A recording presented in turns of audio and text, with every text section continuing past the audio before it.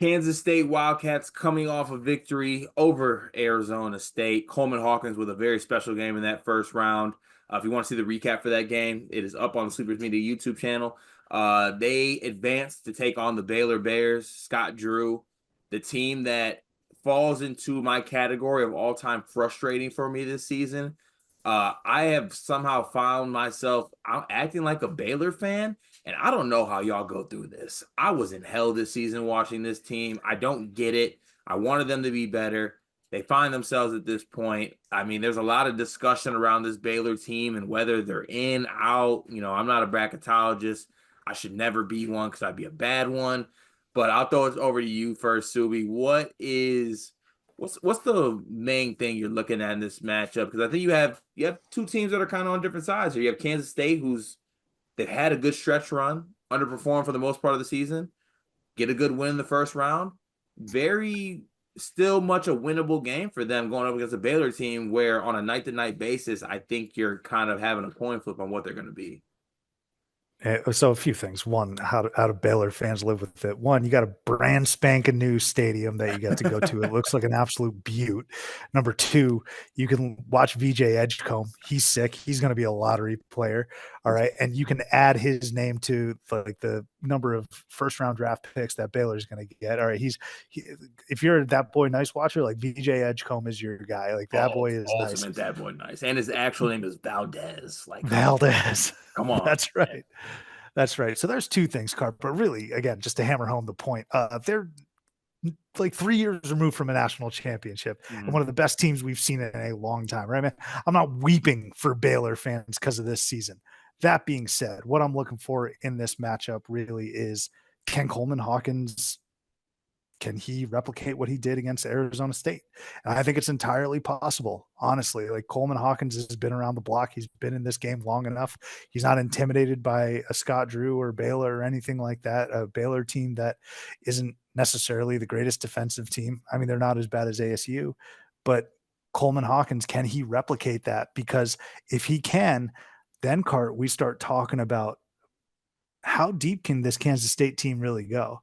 Like, can they get to a semifinal or a final and then potentially an AQ, right? Like, I would say this matchup is probably, and I'm being for real, like we've had a lot of fun joking about some of these Big 12 matchups. This is the first really good game that I'm looking forward to. K-State Baylor is going to be a lot of fun because honestly, it's going to be chaotic as it relates to how inconsistent both of these teams are, but their star power across the board in my eyes. And like VJ Edgecombe can go off. Rob Wright is terrific. Doug McDaniel versus Rob Wright. You got, like I mentioned, Coleman Hawkins. So I'm very much looking forward to this game. I think the biggest thing though is, can we get another master class from Coleman?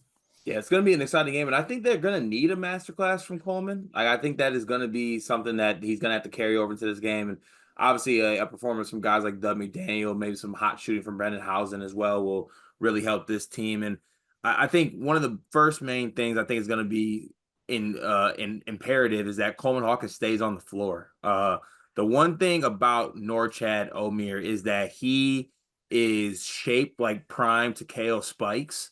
That dude is like a monster and hoops like a middle linebacker. And he puts bigs in these spots where you just have to foul him because he's so big, so strong, so physical. And I have seen Coleman get into some foul trouble this year, and then the body language gets bad once he gets in foul trouble, and then things start to spiral. I think that this Kansas State team is not all on Coleman, but when he's playing at that star level and he's playing with the swagger and doing a little bit of everything, I think everyone kind of feels that energy as well, and it kind of permeates throughout the rest of the team.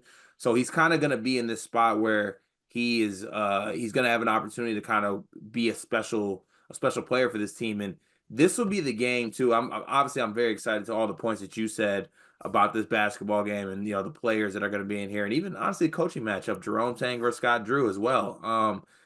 Another thing I'm looking at for Kansas State, like you mentioned, you get past this game, then you start like believing and talking, right? Mhm. Now it's like you start, you beat Arizona State. Yeah, that's great. You beat Arizona State, Baylor back to back days.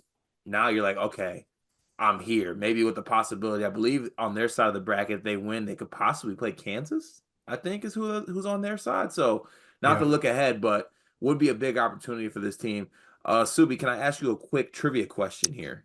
Ooh, let's hear it. Are you going to ask me what Jerome Tang's record is against Scott Drew? Do you have that on hand? It's 2-1. Is Is it it two not? and one? Okay, all right. Wait, wait. Was that even the question, or am That I? no, that was not the question. The My bad. question I wanted to ask you is how many top 50 opponents has Baylor beat this year, according to Ken Palm? Mm. I'll say one. Is it two? Two. Two. That's it. They beat Kansas earlier this year. They beat St. John's early in that crazy game in the Bahamas. That was the other win that they had where I don't even know they should have got it. Actually, I'm sorry. Dog, Don't that let me seems so long ago. Don't let me sell Baylor short on this one. They beat Arkansas.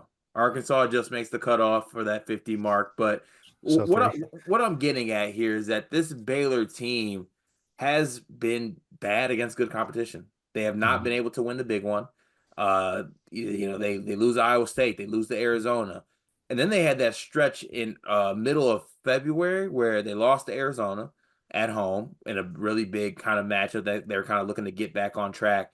And then they followed it up by losing at Colorado and then losing to Cincy as well. Mhm. So it's like, what is this Baylor team? The inconsistencies just seem to really just kind of ravage this team. And I was honestly fairly disappointed in that last home game against Houston, where Houston really had nothing to play for, and you have a chance to get a marquee win going into March, and you found yourself up. And yeah, obviously it's Houston. You don't want to shake your head or hang your head at all by losing to Houston, but just something I've made of note that I didn't really like to see from Baylor. But even as I say that, and as I talk about the wins they did not have, Valdez is nice. Oh, Rob he's Wright sick. is nice. Jaden Nunn is underrated. Jeremy Roach has the experience. Norchad is a monster down low. They get other, contributions from other role players on this team. And Scott Drew is still Scott Drew. I see some people going back and forth on where they're at on Scott Drew. This is still a guy that brings in uber talented guys to Baylor and made Baylor great again. So like you got to respect it, and I trust that guy at the end of the day, especially in March. So to that notion, we'll get to the prediction of this. Ken Palm has Baylor favored by 5 points in this basketball game. Which way are you leaning? Does Kansas State continue the magic, or does Baylor get it done?